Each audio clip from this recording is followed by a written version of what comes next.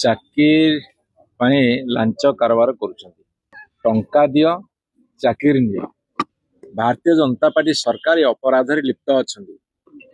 ଓଡ଼ିଶା ବାହାର ପିଲାମାନେ ମଧ୍ୟ ଓଡ଼ିଶାରେ ଏ ଚାକିରି ପାଉଛନ୍ତି। ଆଉ ଗୋଟେ କଥା ମୋ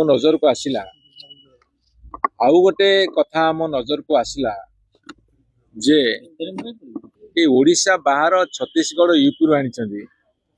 ସେ ଭାବୁଛନ୍ତି ତାଙ୍କ ସରକାର ସେଠି ଚାଲିଛି, କିଏ କୋଉଠି ଇଞ୍ଜିନିୟର ହେବେ, କିଏ କୋଉଠି ଜେଇ ହେବେ, ଆସିଷ୍ଟାଣ୍ଟ ଇଞ୍ଜିନିୟର ହେବେ, କୋଉଠି କିରାନୀ ହେବେ, କୋଉଠି ଏଏସଓ ହେବେ, ସୁପାରିଶ କରିବେ। ତାଙ୍କୁ କ'ଣ ଓଡ଼ିଶାରେ ଆଡଜଷ୍ଟ କରିବେ ଭାରତୀୟ ଜନତା ପାର୍ଟି ସରକାର?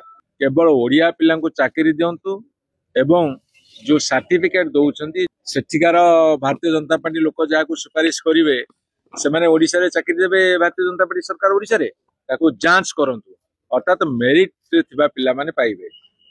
ଚାକିରି ପାଇଁ ଲାଞ୍ଚ କାରବାର କରୁଛନ୍ତି।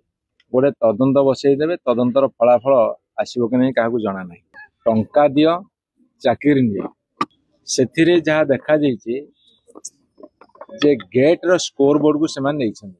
ଏଥିପାଇଁ ଯତ୍ନମାନ ନ ହୋଇ, ତତ୍ପରତା ପ୍ରକାଶ ନ କରି, ସତ୍ୟାସତ ନ ଦେଖି, ଯଦି ଯେଉଁମାନେ ଏଲିଜିବଲ ନୁହନ୍ତି ଅନେକ ପିଲା ଫର୍ଜରୀ କରି ତାଙ୍କର ମାର୍କ ଦେବା ଫଳରେ ସେମାନେ ସିଲେକ୍ଟ ହେଇଛନ୍ତି।